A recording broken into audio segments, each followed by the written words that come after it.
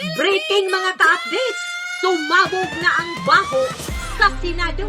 Pero bago pa natin ipagpatuloy ang ating talakayan, ay binabati ko po kayong lahat ng isang magandang araw, Luzon, Visayas at Mindanao. At pati na ang ating mga kapatid, mga kababayan at mga ka-updates na nasa ibang bansa. Kumusta po kayong lahat? Sana po ay nasa mabuti po kayong kalagayan saan man kayo naroon. Ito na ang ating mainit na talakayan ngayong araw. Sumabog na ang baho sa Senado. 500 million na pira nating mga Pilipino ibinigay lang ni Miss Gina Acosta kay Colonel La Chica na hindi naman pala dapat humawak ng pera. At nung tinanong siya sa impeachment trial kahapon, August 24, Day 17, alam niyo ang sagot? Isang template lang. Paulit-ulit. Kaya, pati si Senator Tito Soto na pinakamahinahon nang wala. Sigaw niya, ayoko nang marinig yung template mo.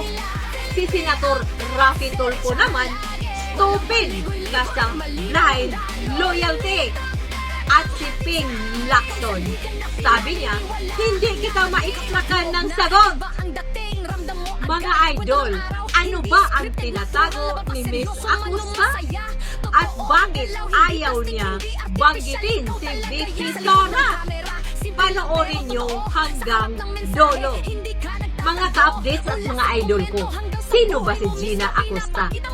Siya yung Special Disbursing Officer ng Office of the Vice President. Siya ang pumirma at naglabas ng 500 million na confidential fund. Ayon sa batas, siya lang dapat ang hahawak niyan.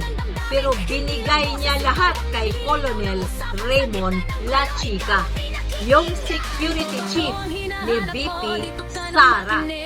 Nung tinanong siya ni Prosecutor Ligutan, 500 million binigay mo sa taong hindi banded? Sagot niya ulit, security officer siya, expert siya sa confidential activities assigned by VP Sara.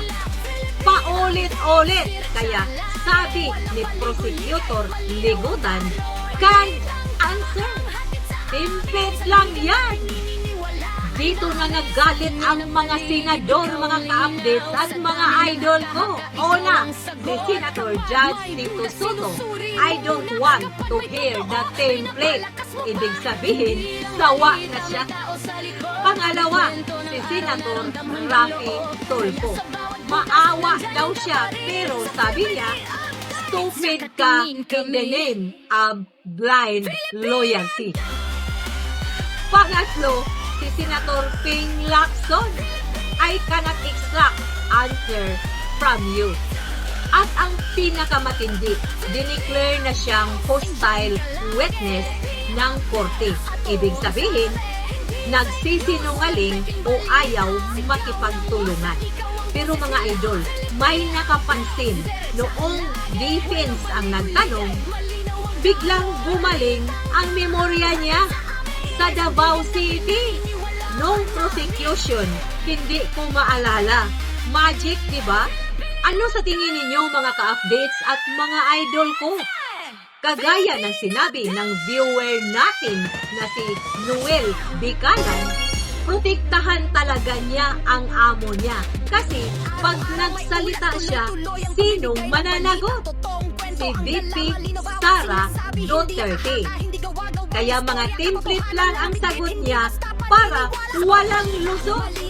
Pero mga idol, ang tanong, hanggang kailan niya kayang protektahan? Kasi sa susunod na hearing, pwede na siyang makulong for contempt. Sa tingin niyo mga ka-updates at mga idol ko, tama ba ang ginawa ni Tito Soto na pagalitan siya? O dapat ba mas mahinahon? Mga idol, comment kayo sa baba. Gusto kong marinig po ang opinion ninyo at kung hindi pa kayo nakapag-subscribe sa ating munting channel na Philippine Updates, mag-subscribe na po kayo mga idol at mga ka-updates para updated po kayo sa impeachment trial.